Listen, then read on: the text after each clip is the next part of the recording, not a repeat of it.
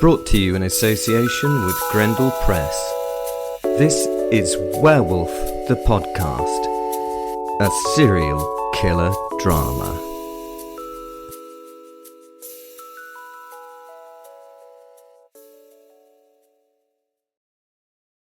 Hey, trying to make these introductions really short so you can just get on with the story. So, if you would like to support us, go to the description and click on things to support us. And there's books down there. We are partnered with, as you've just heard, we are partnered with Grendel Press, a fantastic publishing house for horror. And we're partners with Odin Apparel, and all their links are in the thingy in below. So just go down there and click on it and stuff. And I hope you enjoy.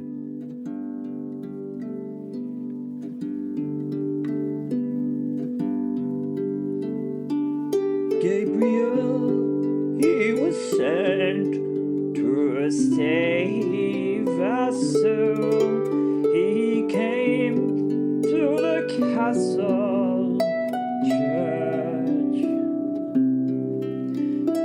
There he found the devil, and with some shame left her in the lurch.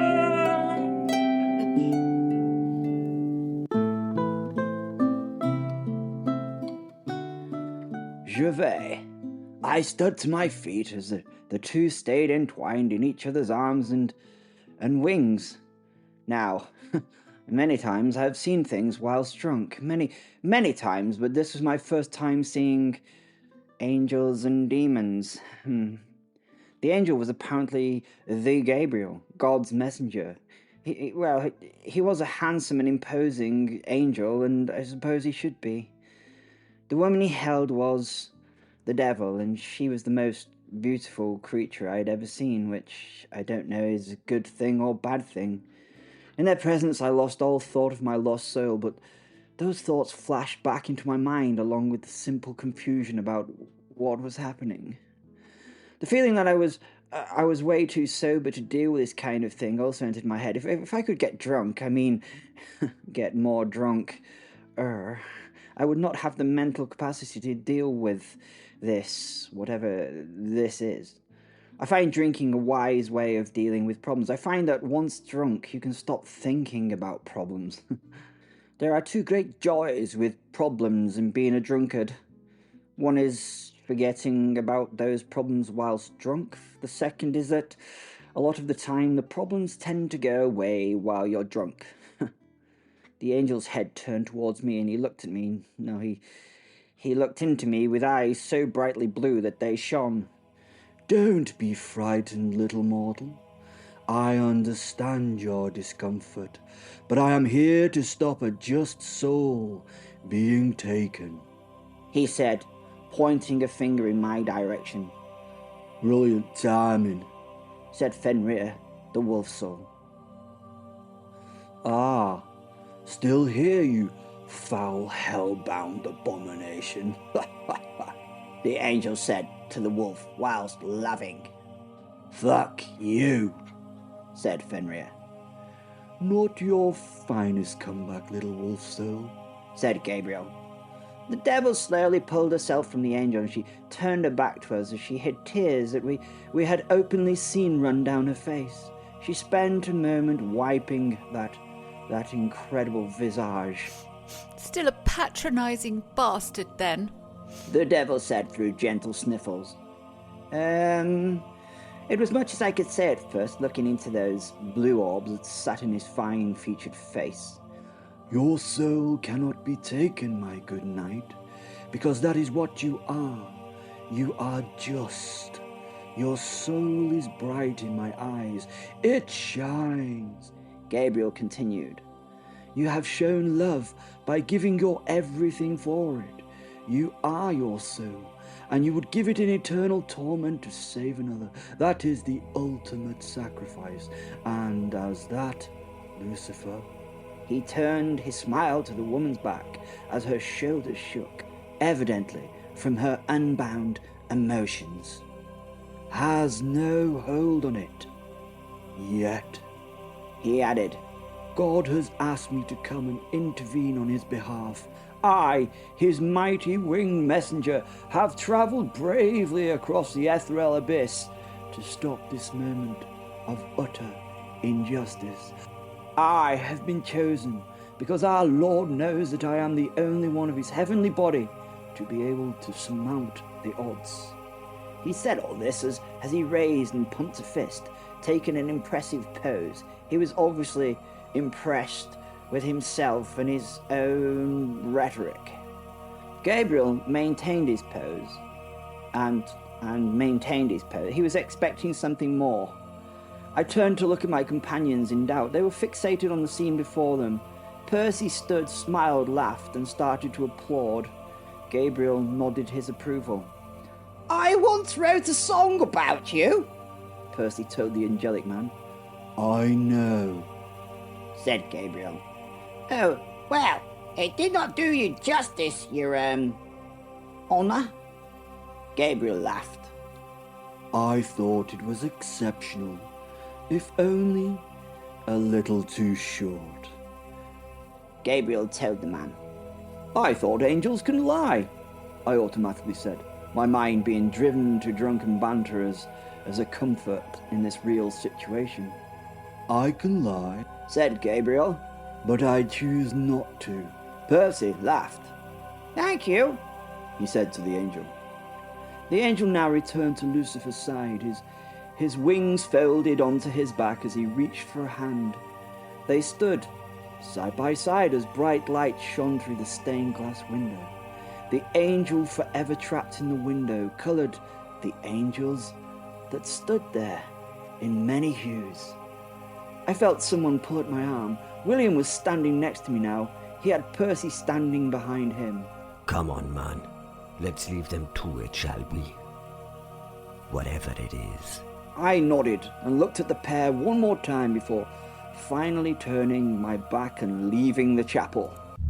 Lucifer, thank you, I told Gabriel. He could be an absolute arse at times. He could. But he was just always, yes, always a good descriptor. "I am sorry to have stopped your harvest this day," He said in his angelic way. It's just us now. Stop using the fancy language. No one is writing the shit you say down, so quit it. He smiled and nodded, letting go a little laugh. I'm glad you came, I told him. Gervaise's soul was not mine to take, was it? I turned to He was gone. Again, I was alone in the world. It renewed the loneliness in my heart. I was the loneliest of the lonely. I was the saddest of the sad. But I had to continue to undertake God's plan for me. The little cat appeared from under a pew. Has it gone? She asked me. It stinks. Yes, little cat, Gabriel has gone. I smiled and picked the cat up, giving it an unwanted hug as I stared at the window with its frozen image of Gabriel fixed in it for a moment. Then I clicked my fingers and went. William Marshall.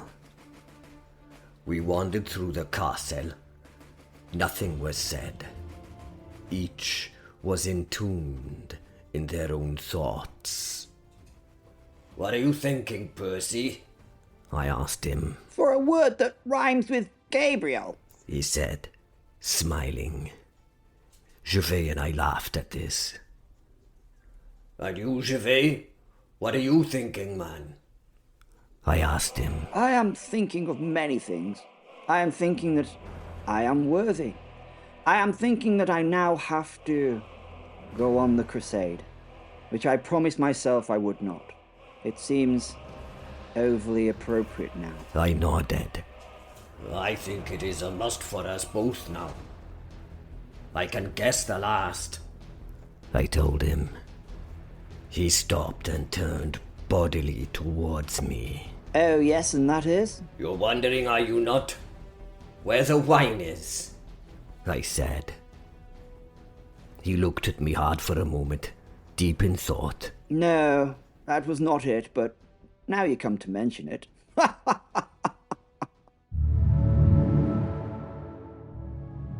Lucifer. I was sitting in a 1950s diner. Yes, an American diner in the actual 1950s. There are perks with my role. Travelling through time and space is one of them. This diner is the home of the best ice cream sundae that has ever been made. Its creator is the owner, a dour, dowdy older woman who praises Christ, yet makes the most sinful dessert known to whatever kind of thing you are. Her name is Mary Baptiste, and she has Haitian roots. She is, unbeknownst to her, the fourth witch in her female line. A female line that is well known to me on a personal level. Her great-great-great-grandmother was a priestess for a colonially ill-favoured voodoo cult. Her grandmother was a nice lady and a great cook. These days, Mary is purely out to bother Jesus as much as she can. She's a Methodist to the core and sings her praises in the choir and prays like a professional. The choir is one of two places where she still employs the magic she does not know she has. Yes, she has a magical voice. The second place she places that magic is as the main ingredient in this sundae. Oh my good God on high. I should sing your praises at this chocolatey piece of heaven's own foodstuff, except that its roots lie with me. Who says the devil is incapable of good? I have stopped time for all but me and my cat as I enjoy. I don't want the humans around me to cause me any discomfort for the next few mouth-centric moments. The cat is lapping at cream and complaining that Mary does not make gumbo like her grandmother did. I don't want distractions, so I freeze the cat in mid-lap. She won't mind. Well, she won't know. So it's time to let my story be free as I eat. It won't take that long. Free is the word, and reason why I'm not free. You may be familiar with me from scripture. You may be familiar with me from the so-called great books of knowledge. You might get your sources of my creation, life and fall from others. But I want to make this a clear explanation of why I am what I am. This was where the Abrahamic religion's Godhead became so successful. He created millions to believe in him. No other deity had thought of this concept before. They had collected believers as they grew in power. I know what you're thinking. How could this God come after other gods, yet have his creation story? The answer is because he is God. Is that not what faith is? Belief against the facts. The power of belief is the reason why deities, spirits, so-called mythical creatures, divine beings, and the Fae exist.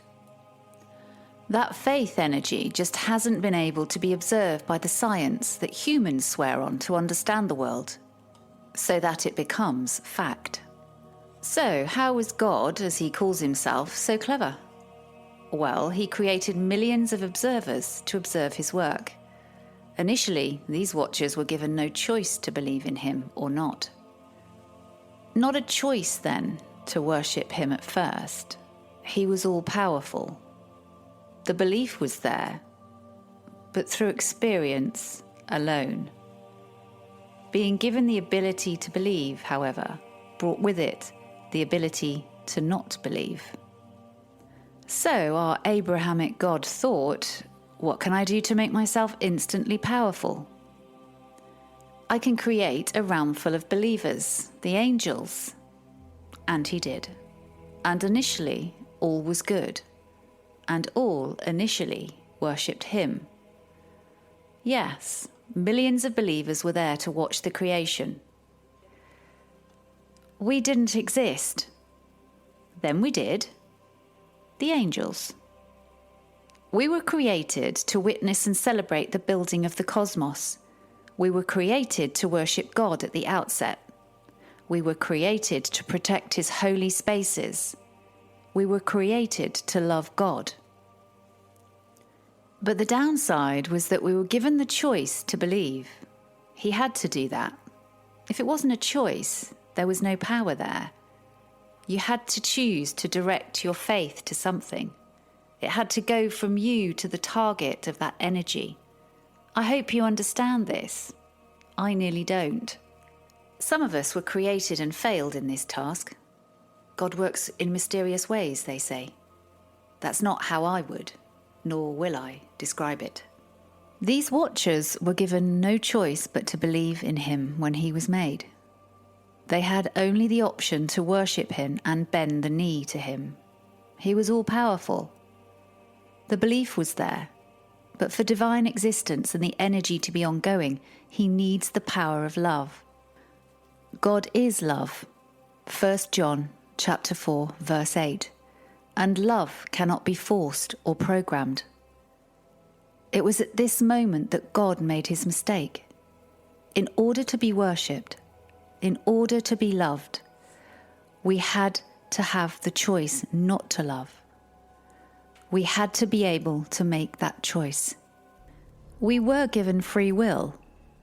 Angels were created to participate in God's divine life, not as robots, but as beings capable of reciprocal love. Gabriel chose joyful obedience. I did not choose it.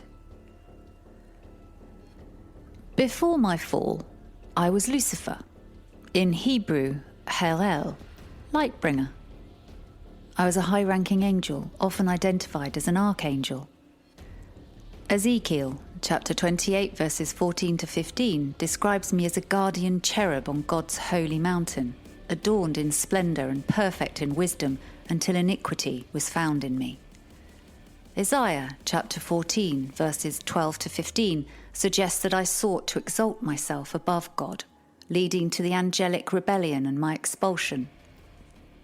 I will now leave the scriptures. I could quote them as I tell my story, but I would be discrediting more than I quote. And who knows how much influence I had over the writing of those dead narratives. You might as well hear it from the so-called great deceiver's mouth.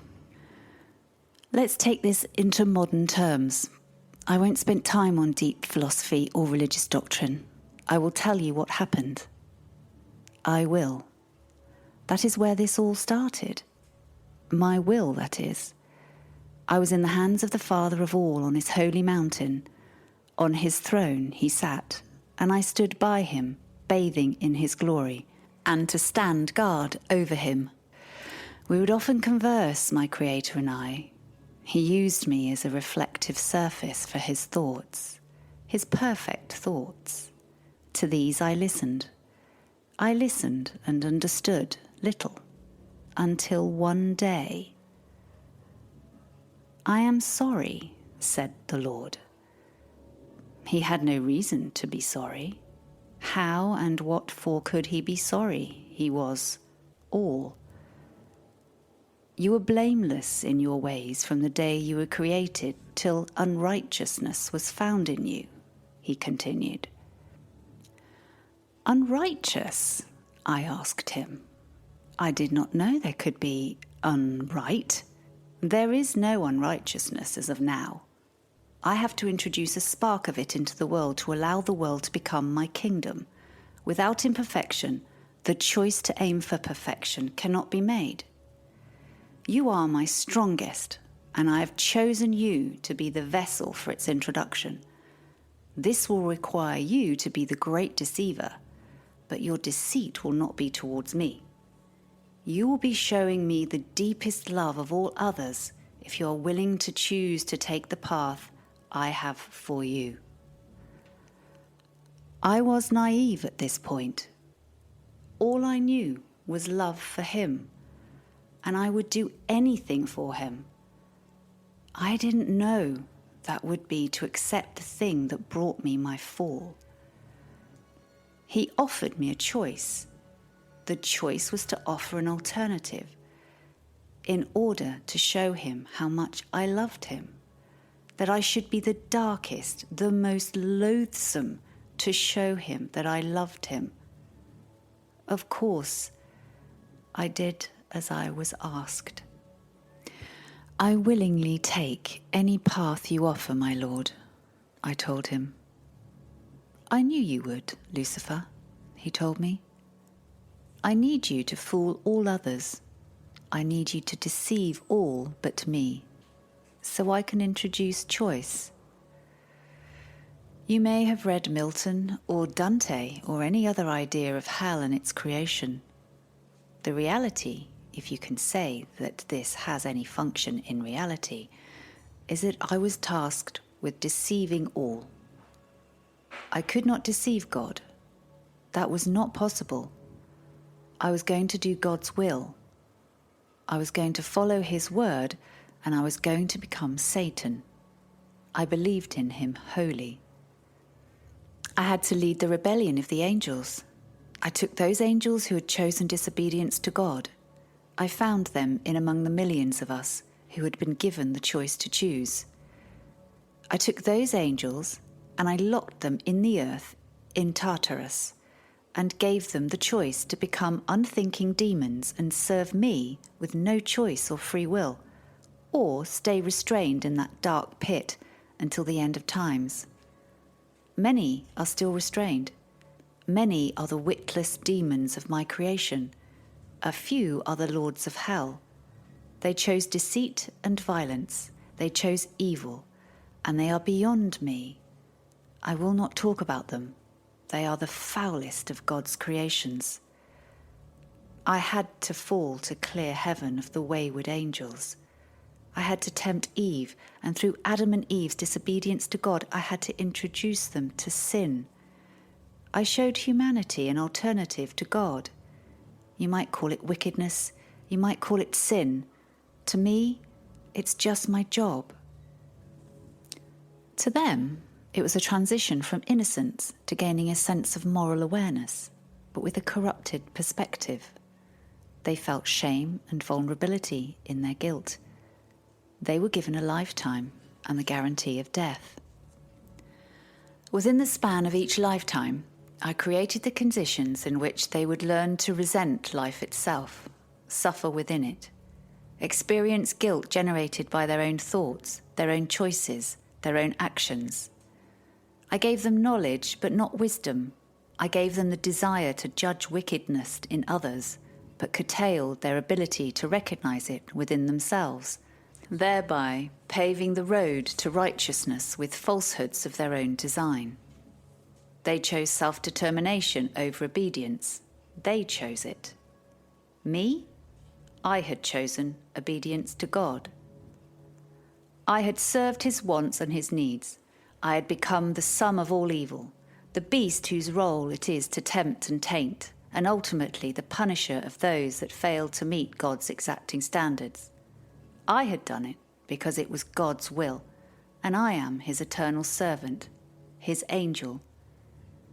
You might think that I should take joy in this serving of the righteous, that I should be happy that I do God's will. Well, sometimes I am. Sometimes I'm not. Can you honestly tell me that you enjoy your job 100% of the time? Come on now. Don't lie to me. You know I can tell when you're lying, right? So when these moments of doubt haunt my psyche, I find myself here, Mary's Diner in Belle Chasse, Louisiana, 1950. At the bottom of the sundae glass, I exult in its goodness. In this little piece of heaven I still have access to, right here on Earth.